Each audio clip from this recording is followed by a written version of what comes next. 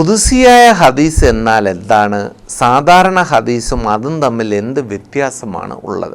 സാധാരണ ഹദീസ് എന്ന് പറയുന്നത് നബി സല്ലല്ലാഹു അലൈഹി വസല്ലമ തങ്ങൾ പറഞ്ഞതാണ്. സാധാരണ ഹദീസ് നബി തങ്ങൾ പറയുന്നതാണ്, അള്ളാഹുവിൻ്റെ റസൂൽ പറയുന്നതാണ്. നിങ്ങളിങ്ങനെ ചെയ്യ്, അങ്ങനെ ചെയ്യരുത്, ഉമ്മ ഇങ്ങനെ നോക്കണം, ഉപ്പ ഇങ്ങനെ നോക്കണം, ഇങ്ങനെ നിസ്കരിക്കണം, ഇങ്ങനെ സ്വതക്ക ചെയ്യണം, അങ്ങനെയാണ്. പക്ഷേ ഖുദ്സിയായ ഹദീസ് എന്ന് പറഞ്ഞാൽ അള്ളാഹു നബിയോട് പറയുന്നതാണ്, ഖുർആനായത്തല്ല. അള്ളാഹു നബിയോട് പറയുന്ന ഖുർആനായത്തല്ല, ഇത് അള്ളാഹു നബിയോട് പറയുന്ന ഹദീസാണ്. എന്നിലേക്ക് ഒരു അടിമ അടുത്താൽ അത് ഖുദ്സിയായ ഹദീസാണ്. നബിയെ അങ്ങ് പറഞ്ഞു കൊടുക്കുക.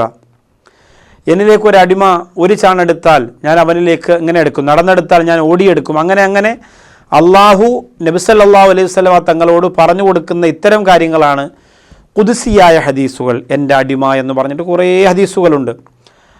ഖുർആൻ ആയത്തല്ല, ഹദീസല്ല, അതിൻ്റെ ഇടയിൽ നിൽക്കുന്ന ഖുദ്സിയായ ഹദീസുകളാണ്. സാധാരണ ഹദീസ് എന്ന് പറയുന്നത് നബി സല്ലല്ലാഹു അലൈഹി വസല്ലമ തങ്ങൾ തന്നെ ഡയറക്റ്റ് പറയുന്നതാണ്. മറ്റത് അള്ളാഹു നബിയെ കൊണ്ട് പറയിപ്പിക്കുന്ന ഖുർആൻ അല്ലാത്ത വചനങ്ങളാണ് ഖുദ്സിയായ ഹദീസുകളെന്ന് പറയുന്നത്.